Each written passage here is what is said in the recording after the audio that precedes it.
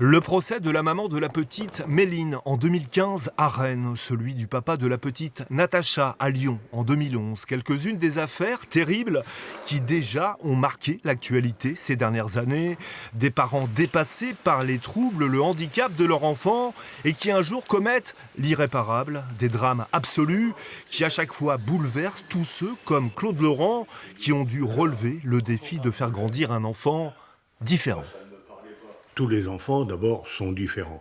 Mais c'est vrai que quand on attend un enfant, quand on a un enfant, on n'est pas du tout préparé à ce que cet enfant, va être difficile, on va dire inaccessible, on va dire inéducable. Comment on va pouvoir faire? Et là, c'est vraiment un drame. Et il y a des parents qui disent je n'y arrive pas.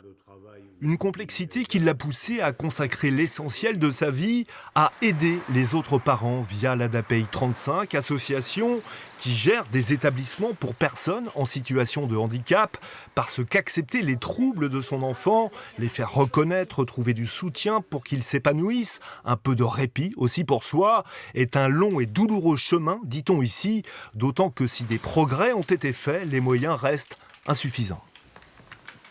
C'est une vie qui est assez compliquée pour les familles. Nous, de notre côté, on essaie de leur trouver des solutions.